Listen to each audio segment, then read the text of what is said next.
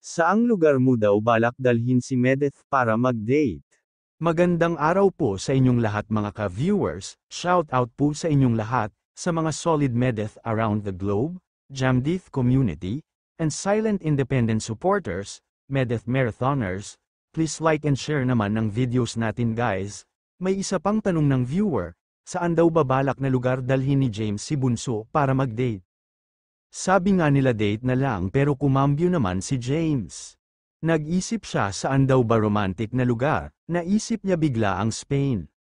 Parang mas maganda daw yun kaysa Paris, iba daw ang ambience dun.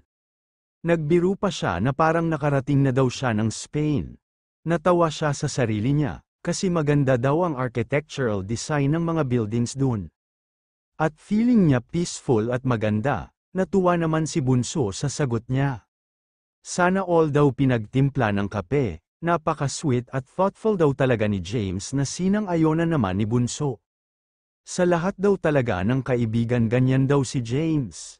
Natuloy sabi ni James siguro dun daw talaga magkaproblema siya kung magkaroon siya ng girlfriend kasi ganun siya mag-alaga at mag-care sa mga kaibigan niya.